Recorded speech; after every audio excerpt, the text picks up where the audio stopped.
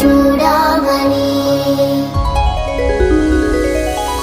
ఆత్మరక్ష. Hi అండి, ఈరోజు రథసప్తమి కదా, అందుకని తెల్లవారుజామునే లేచి రెడీ అయ్యి పూజ స్టార్ట్ చేశానండి.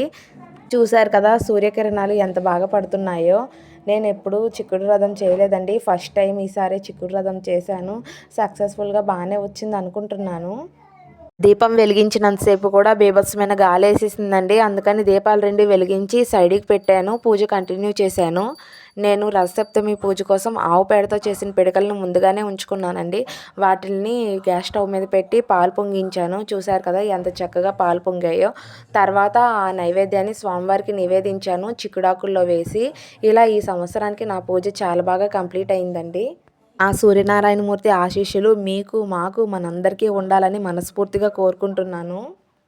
పూజ చేసినంతసేపు కూడా పిల్లలు అస్సలు డిస్టర్బ్ చేయలేదండి, అందువల్ల నా పూజ మాత్రం చాలా బాగా కంప్లీట్ అయింది. మనీ ప్లాంట్ ఇంట్లో ఉంటే మంచిదంటారు కదా, అందుకని మా గడప దగ్గరే మనీ ప్లాంట్ పెట్టుకున్నాము. పక్కనే తమలపాకు మొక్కను కూడా వేసాము. వన్స్ అగైన్ రథసప్తమి శుభాకాంక్షలు అందరికీ.